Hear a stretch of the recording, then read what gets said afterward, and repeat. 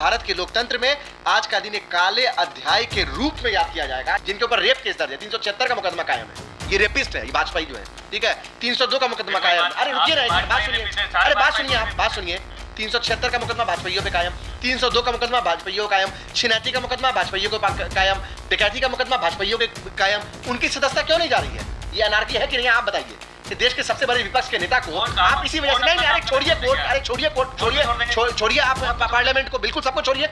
देश के अरे भाई वो है संस्था है। नहीं, संवैधानिक संस्था पे वहां पर ही लोग बैठे हुए हैं and they should be made accountable, जजेस शुड बी मेड अकाउंटेबल। कि आप ऐसा जजमेंट कैसे दे सकते हो कि देश में जिस तरह से अडानी ने इतना बड़ा घोटाला किया है, जिसके अंदर प्रधानमंत्री संलिप्त है, मैं खुले तौर पर कह रहा हूं, आए दिन जो एक समुदाय के ऊपर, कभी सिख समुदाय के ऊपर, कभी पारसी समुदाय के ऊपर, कभी मुसलमानों के ऊपर लगातार जिस तरह की टिप्पणियां की जाती हैं, क्या उसके ऊपर आपने किसी की सदस्यता रद्द की? गोली मारो सालों को किसने कहा था दिल्ली के अंदर? भावना आहत होती है ना, भावना जब आहत होती है तो भावना सिर्फ आपकी भावना, हमारी भावना नहीं।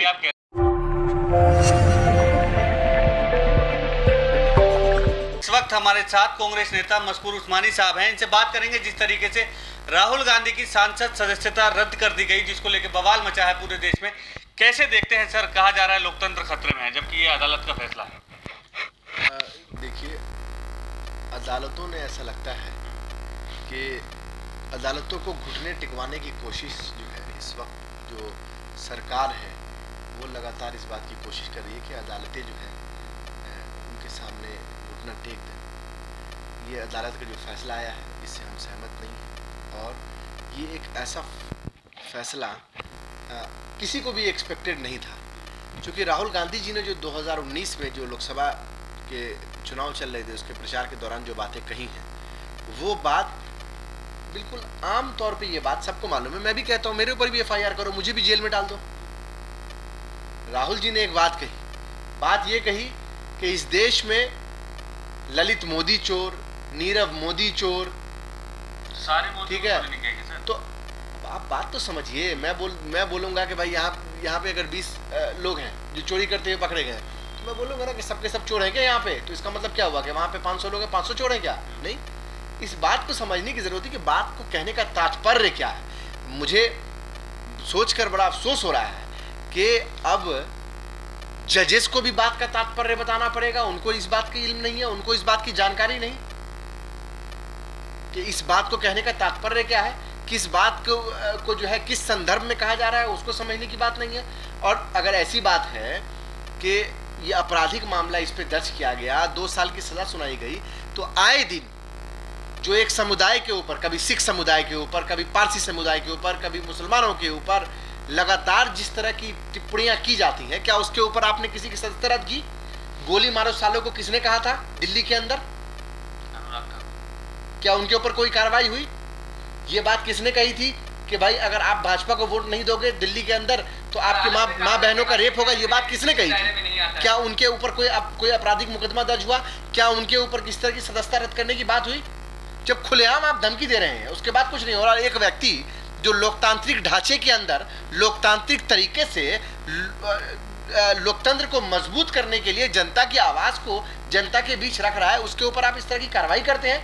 ये आज का दिन भारत के लोकतांत्रिक इतिहास में, भारत के लोकतंत्र में आज का दिन एक काले अध्याय के रूप में याद किया जाएगा। इस बात को आप मान लीजिए कि देश के सबसे बड़े नेता, देश के सबसे बड़े विपक्षी दल के नेता, ठीक है, जिनके परिवार ने इस देश के लिए क्या नहीं निछावर किया भाई, जिसके पिताजी के जो है टुकड़े टुकड़े हो गए, जिसके पिताजी की शक्ल नहीं मिल पाई, ठीक है, जिसकी दादी को जो है उसके सीने पे जो है गोलियों से भून दिया गया, छलनी कर दिया गया, कितनी गोलियां मारी गई। आप उस परिवार की, जिसकी माता ने इस देश के अंदर प्रधानमंत्री की कुर्सी को ठुकरा दिया, जनता की भावनाओं को सुना, आप उन लोगों पर ऐसी बातें करते हैं? शर्म आनी चाहिए इस देश के में जो लोग अभी सत्ता में आसीन हैं, सत्ता में बैठे हैं, उनको शर्म आनी चाहिए कि इस तरह का फैसला जो कोर्ट पे वो दबाव कर आकर इस तरह की बात करें। कल कोर्ट ने कहा कि 1 महीने का समय है, आप जाइए उच्च अदालत में। तो आज ये इस तरह का फैसला क्यों आया? क्यों लोकसभा सेक्रेटरीट से इस तरह की नोटिस आज जारी की गई कि उनकी सदस्यता को खारिज किया जाता है? देखिए, मैं नहीं कह रहा हूं, ये सांसद के अंदर जो लोग बैठे हैं, जिन्होंने अपने चुनाव एफिडेविट में कहा है 50% से ज्यादा भारतीय जनता पार्टी के सांसद हैं जिनके ऊपर आपराधिक मुकदमे दर्ज है, और ऐसे वैसे मुकदमे नहीं दर्ज हैं, उनके ऊपर रेप केस दर्ज है। नहीं सुनिए बात सुनिए, अरे सुनिए बात सुनिए, जिनके ऊपर रेप केस दर्ज है, 376 का मुकदमा कायम है, ये रेपिस्ट है, ये वाजपेयी जो है, ठीक है। 302 का मुकदमा कायम, अरे रुकिए ना एक मिनट, बात सुनिए, अरे बात सुनिए, आप बात सुनिए। 376 का मुकदमा भाजपाइयों पे कायम, 302 का मुकदमा भाजपाइयों कायम, छिनैती का मुकदमा भाजपाइयों को कायम, डकैती का मुकदमा भाजपाइयों के कायम। उनकी सदस्यता क्यों नहीं जा रही है? क्यों कोर्ट इस मामले में संज्ञान नहीं ले रहा? क्यों कोर्ट इस मामले में फैसला नहीं दे रहा? 2019 का मामला था, 2023 में आपने फैसला दे दिया फास्ट ट्रैक कोर्ट के करके, लेकिन जो भाजपा के जो सांसद हैं, भाजपा के जो मंत्री बैठे हैं, सरकार में जो लोग मंत्री बैठे हैं, उनके ऊपर तो 20-20 साल से मुकदमे चल रहे हैं, तो उनको क्यों नहीं आप सजा दे रहे हैं? क्यों उनकी सदस्यता नहीं रद्द कर रहे हैं? रद्द कीजिए सदस्यता। भावना आहत होती है ना, भावना जब आहत होती है तो भावना सिर्फ आपकी भावना हमारी भावना नहीं। आप कह रहे हैं लोकतंत्र पे मतलब काला अध्याय है ये, तो राहुल गांधी लोकतंत्र है क्या पूरे? अगर उन पे कोई फैसला, राहुल गांधी इस वक्त देश का सबसे बड़ा विपक्षी चेहरा है, और किसी भी लोकतंत्र में सत्ता पक्ष जितना महत्वपूर्ण होता है, विपक्ष और विपक्ष का चेहरा और विपक्ष के लोग भी उतने महत्वपूर्ण होते हैं। तो बिल्कुल राहुल गांधी का होना संसद में लोकतंत्र का परिचय था। आज राहुल गांधी को संसद से बाहर किया गया, इसका मतलब प्रधानमंत्री की छवि से देश की छवि खराब होती तो आपको बुरा लगता है? आप लोकतंत्र की पहचान बता रहे हैं राहुल गांधी। नहीं, प्रधानमंत्री की छवि से देश की छवि खराब हो रही है तो मोदी जी को समझना चाहिए ना कि जब वो 2015 में जाकर बोले, नहीं, जब वो 2015 में जाकर बोले कि देश में कोई इन्वेस्टमेंट करने के लिए डरता था, भय का माहौल था, डकैती होती थी, चोरी होती थी, तो ये किसका अपमान हो रहा है? ये देश का अपमान नहीं हो रहा है। कौन कर रहा है देश का अपमान? देश का प्रधानमंत्री जाके विदेशों में देश का अपमान कर रहा है। शर्म आनी चाहिए, इससे हमारी भावना आहत होती है। कैंसिल कीजिए सदस्यता प्रधानमंत्री मोदी जी की।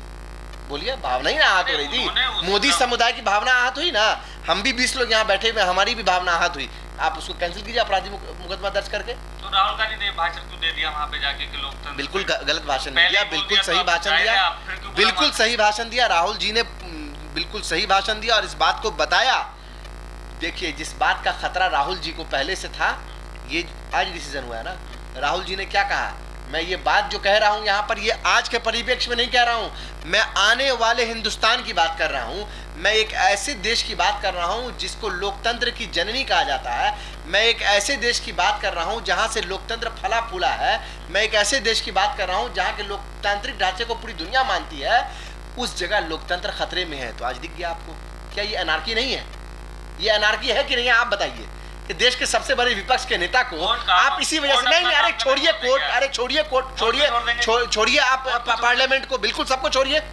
देश के, अरे भाई वो है संस्था है, नहीं, संवैधानिक संस्था पे वहां पर भी लोग बैठे हुए हैं। And they should be made accountable, जजेस शुड बी मेड अकाउंटेबल। कि आप ऐसा जजमेंट कैसे दे सकते हो?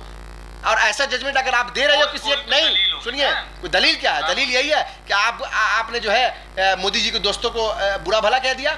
दलील यह है कि अडानी के ऊपर जेपीसी की जांच का हमने बैठाने को कहा। हमने बोला कि ज्वाइंट पार्लियामेंट्री कमेटी में जो है आप बैठाइए कि प्रधानमंत्री का क्या लिंक है, तो हमको ये मिलता है। कोर्ट में चला तो गया केस अडानी वाला, कहाँ? हम जेपीसी की डिमांड कर रहे हैं, ज्वाइंट पार्लियामेंट्री कमेटी की डिमांड कर रहे हैं। जरूरत होगी क्या? पिछले 1 हफ्ते 10 दिन से हम लोग डिमांड कर रहे हैं पार्लियामेंट के अंदर, लोकसभा राज्यसभा के अंदर। क्यों नहीं सरकार जेपीसी को के लिए तैयार हो रही है? अब तक तो जेपीसी का रिपोर्ट आ जाना चाहिए था जेपीसी बन के। लेकिन मालूम है कि देश में जिस तरह से अडानी ने इतना बड़ा घोटाला किया है, जिसके अंदर प्रधानमंत्री संलिप्त है, मैं खुले तौर पर कह रहा हूं कि प्रधानमंत्री सम्मिलित है इसमें, ठीक है। और प्रधानमंत्री के संरक्षण में यह हुआ, जिनको एयरपोर्ट चलाने का आइडिया नहीं था उनको 6 एयरपोर्ट दे दिया, जिनको पोर्ट चलाने का आइडिया नहीं था उनको आपने पोर्ट दे दिया। गुजरात के पोर्ट पे जो है लगभग 70,000 करोड़ रुपए का ड्रग्स पकड़ा जा रही है। ड्रग्स की पुड़िया कहाँ जा रही है? जब हम इस बात का सवाल पूछते हैं, नहीं, जब हम इस बात का, ये सब तो ठीक ही था। हमने किसी को एयरपोर्ट नहीं बेचे, हमने इस देश के अस्पताल नहीं बेचे, हमने इस देश के रेलवे स्टेशन नहीं बेचे, हमने इस देश के पोर्ट को नहीं बेचा, हमने इस देश के अंदर नशे का कारोबार नहीं किया। नशे की जो है हमने 70,000 करोड़ की खेप नहीं मंगाई, बिल्कुल हमने नहीं किया। जब हमारा शासन था, कांग्रेस का शासन था, यूपीए का शासन था, हमने इस देश के गरीबों के लिए काम किया। हमने इस देश के अंदर 25% लोग जो गरीबी रेखा के नीचे थे, यूपीए पहली की सरकार जब आई तो हमने उनको गरीबी रेखा से ऊपर लाने का काम किया। और आज नहीं, सुनिए, और आज आज जो है 50 करोड़ लोग गरीबी रेखा के नीचे जा रहे हैं। ये बीजेपी का काम है।